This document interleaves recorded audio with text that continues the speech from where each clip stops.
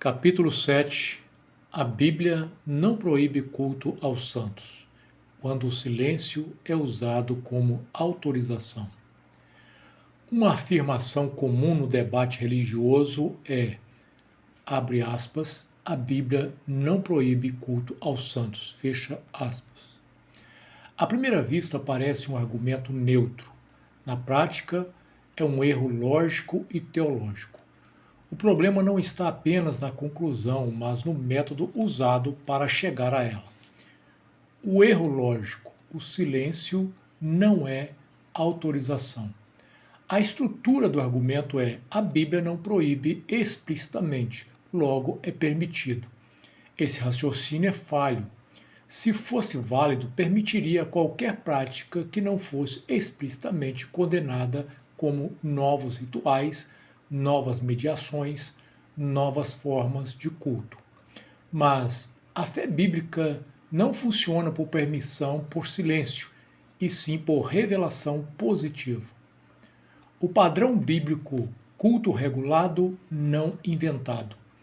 Na Bíblia, o culto não é construído pela criatividade humana. Ele é revelado por Deus, regulado por Deus, delimitado por Deus.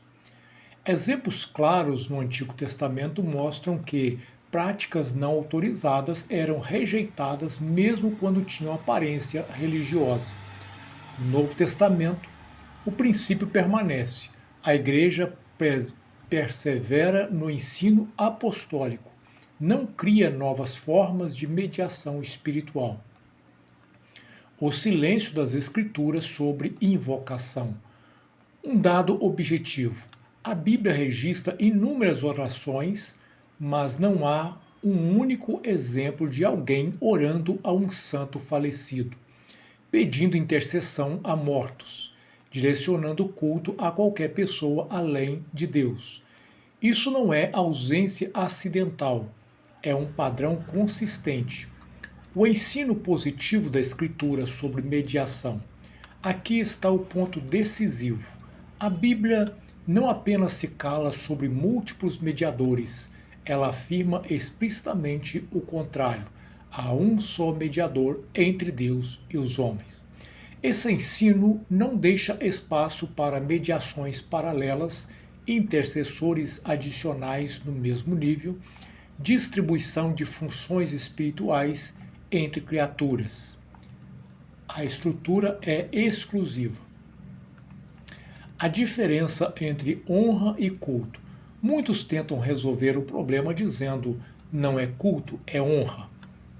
Contudo, essa distinção precisa ser analisada na prática. Honra bíblica, reconhecimento, memória, exemplo. Culto religioso, invocação, oração, confiança espiritual e expectativa de resposta. Quando esses elementos estão presentes, não se trata mais de honra. O problema da invocação. Invocar alguém espiritualmente envolve pressupostos que essa pessoa pode ouvir, que pode interceder, que pode agir espiritualmente em favor do fiel. A Escritura nunca atribui essas funções aos mortos. Ao contrário, toda a dinâmica espiritual da vida cristã está centrada em Deus como ouvinte da oração, Cristo como mediador, o Espírito Santo como intercessor no crente. A implicação teológica. Quando a prática de invocação é introduzida, a suficiência da mediação de Cristo é enfraquecida, a simplicidade do acesso a Deus é alterada, cria-se uma estrutura paralela de intermediação, mesmo que não intencionalmente o sistema muda. O fator emocional e cultural. Esse tipo de prática muitas vezes é sustentado por tradição, devoção popular, experiências pessoais. Isso explica sua força, mas não a invalida. A fé bíblica não é determinada por frequência da prática, intensidade da devoção, antiguidade da tradição, mas pela verdade revelada. O princípio da suficiência. A Escritura apresenta um modelo completo. acesso direto a Deus, mediação única em Cristo, intercessão pelo Espírito e comunhão no corpo de Cristo. Nada precisa ser acrescentado para que esse sistema funcione. Quando algo é acrescentado, a pergunta correta não é proibido, mas foi instituído por Deus? Raiz do problema. No fundo, esse argumento revela algo mais profundo, uma mudança no eixo da autoridade. Em vez de perguntar o que Deus revelou, passa-se a perguntar o que não foi proibido. Esse deslocamento abre espaço para múltiplas práticas sem base bíblica. A Ave Maria, quando a saudação se torna oração. Uma das justificativas mais comuns para a prática devocional direcionada a Maria é o uso da saudação registrada no Evangelho. Abre aspas, alegra-te, agraciada, o Senhor está contigo, fecha aspas. Lucas 1, 28. E também, abre aspas, bendita és tu entre as mulheres, fecha aspas, Lucas 1, 42.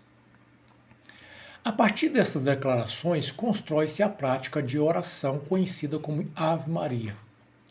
À primeira vista, parece haver base bíblica. Na análise cuidadosa, o fundamento não se sustenta. O que o texto realmente é uma saudação, não uma instrução. O texto de Lucas descreve uma fala histórica específica dirigida a uma pessoa específica em um momento específico da história da redenção. Não há no texto mandamento, instrução à igreja, modelo de oração, repetição litúrgica autorizada. Transformar descrição em prescrição é um erro hermenêutico básico. A diferença entre registro e norma. A Bíblia registra muitas falas, diálogos, saudações, eventos únicos. Mas nem tudo que é registrado deve ser repetido como prática. Exemplo lógico. Alguém ser saudado não implica que devemos repetir essa saudação como oração. Alguém ser chamado de bendito não implica invocação futura. O texto descreve o que aconteceu, não estabelece o que deve ser praticado. O deslocamento da fala, de anúncio para invocação. No texto bíblico, o anjo fala a Maria, Isabel fala sobre Maria. Na prática devocional, a pessoa passa a falar com Maria. Essa mudança é estrutural. De uma declaração sobre alguém para uma oração dirigida a alguém. Essa transição não é autorizada pelo texto. Adição posterior, conteúdo que não está na Escritura. A forma completa da oração inclui elementos que não estão no texto bíblico, foram desenvolvidos posteriormente. Isso já indica que a prática não nasce diretamente da Escritura, mas de um processo de construção devocional. O problema da repetição como prática espiritual. Mesmo que alguém argumente que está apenas repetindo palavras bíblicas, surge outro problema.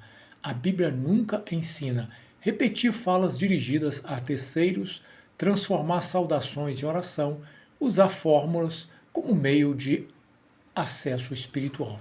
Pelo contrário, Jesus alerta contra repetições mecânicas em Mateus 6, 7. A questão central: para quem a oração é dirigida? Esse é o ponto decisivo. Na Escritura, a oração é dirigida a Deus por meio de Cristo, no poder do Espírito. Não há exemplo de oração dirigida a Maria, pedido de intercessão a ela e invocação de qualquer pessoa falecida. Logo, a prática não encontra paralelo bíblico. A implicação teológica: ao direcionar a oração a Maria, mesmo com a linguagem respeitosa, cria-se um canal paralelo de intercessão, uma mediação adicional, uma prática não instituída por Deus. Isso entra em tensão direto com o ensino de um único mediador, acesso direto a Deus. O fator emocional e devocional. Essa prática se sustenta fortemente por tradição, reverência e sentimento religioso. Mas esses fatores não definem verdade teológica. A fé bíblica não é construída por repetição, costume ou devoção herdada, mas por revelação normativa. O eixo metodológico exposto. Esse caso revela exatamente o problema central do livro. Um texto legítimo é usado, seu contexto é ignorado, seu propósito é alterado, uma prática é construída sobre ele. Isso não é interpretação, é reaplicação indevida do texto. A correção necessária, o caminho equilibrado é reconhecer o valor do texto, manter sua intenção original, rejeitar aplicações não autorizadas, preservar o padrão bíblico de oração. Maria pode ser honrada como instrumento de Deus, reconhecida como exemplo de fé, mas não deve ser invocada, utilizada como mediadora, alvo de oração.